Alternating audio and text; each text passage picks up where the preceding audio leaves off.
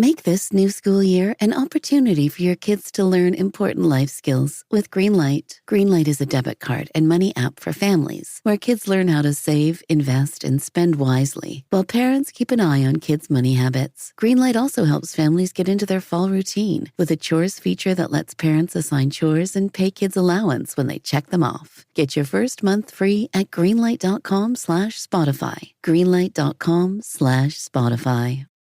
My dad works in B2B marketing. He came by my school for career day and said he was a big ROAS man. Then he told everyone how much he loved calculating his return on ad spend. My friends still laugh at me to this day.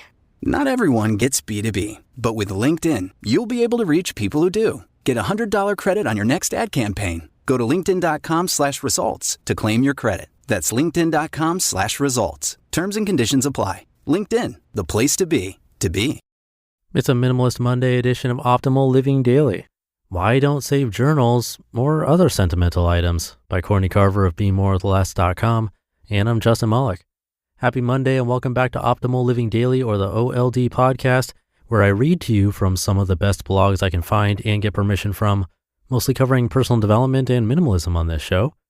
For now, let's get right to it and start optimizing your life. Why I Don't Save Journals or Other Sentimental Items by Courtney Carver of BeMoreWithLess.com. I recently wrote about burning or shredding my journals.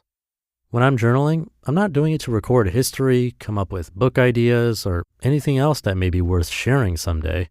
It's rare that I even reread anything I journal. Why it's important to journal your thoughts. The reason I journal is to declutter my mind. Instead of letting all of those ideas and fears and worries run around in my brain, I leave them on the page. Sometimes they stay there and sometimes they don't, but usually if I keep writing them out, they dissipate. I write about other thoughts and feelings too, but even the good ones get heavy if I hold on to them too tightly. Writing them down helps me feel light, and it makes room for more creative ideas, more clarity when making decisions, and a better understanding of how thoughts and feelings impact my physical and mental health. Why I don't save journals and other sentimental items. There are a few reasons I don't save my journals. Number one, living amongst those words I wrote, even though they are off my mind, can feel heavy. I don't think about them all the time, but knowing a year's worth of daily writing is hanging out in a notebook close by isn't comforting for me. All those things happened. I experienced them and felt them. Then I thought about them, wrote about them, and dissected them. And now it's time to let them go. Number two, the things I wrote in journals are not for anyone else. I don't worry about anyone reading my journals while I'm alive and while I expect to be alive for a long time. I understand that my mortality isn't in my control. I don't want my journals left behind when I'm gone. That's how I feel about most of my stuff. It's hard enough to lose someone you love, but to then have to go through their stuff and make decisions you don't know how to make feels impossible. Removing some of those decisions seems like a loving thing to do. But how do you preserve the meaning of life? Here's an email exchange, publishing with permission, with someone who reached out about shredding my journals and the meaning of life. Quote, "Hi, Courtney. In one of your recent posts, you wrote, one of the reasons I shred or burn my journals is to symbolically let go of my stories of stress, pain, and drama. This allows me to focus on what's happening right now instead of what I thought was happening in the past. I love the idea of shredding my journals, but I have this tight hold on all of them, as I do on all of my memorabilia items that I choose to keep. I feel like if they disappear, then I will disappear, like they are proof of my life and thoughts and goals, etc. That is where all the meaning is. I can't seem to let go of them because then it'll mean I don't exist and I lose everything.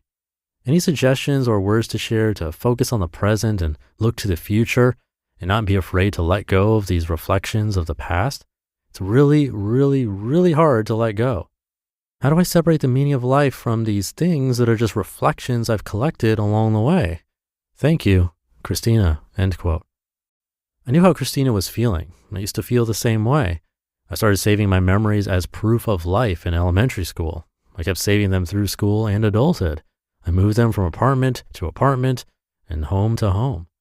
Even when I started to declutter and live more simply, I didn't consider letting go of my sentimental items.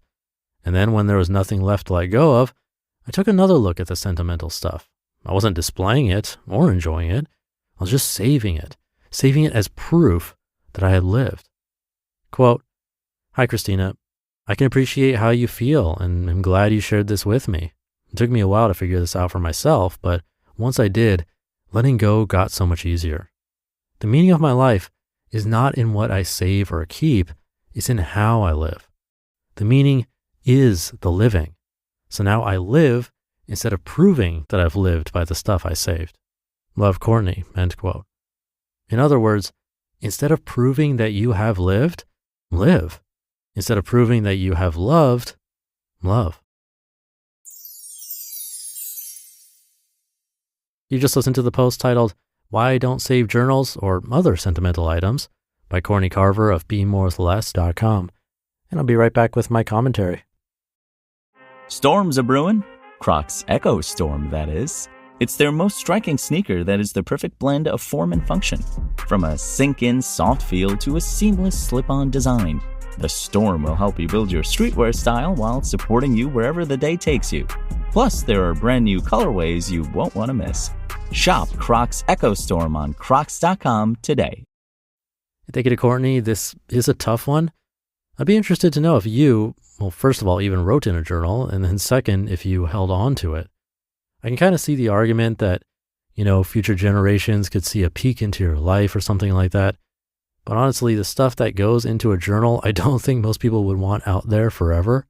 A blog, on the other hand, or podcast, that to me makes sense because, like Courtney mentioned, it's made for other people to enjoy and benefit from, unlike a journal. The only exception I can think of is a title shared recently, actually, in Wednesday's episode, a book called Meditations by Marcus Aurelius. It was supposedly written as a journal, and for him only, but it turned into a super wise book of lessons from one of the most powerful people in the world at the time. But really, that's like 1 in a billion journals that ends up being that mind-blowing. And no offense, but yours and my personal journals probably aren't going to be studied for thousands of years. Again, if you want that, you could publish something online instead. And then the other piece of going back and looking at it, me too. Very rarely have I done that with journals that I started over 20 years ago. And when I do, there's just a lot of fluff and weird stuff that I really don't want to go through all over again.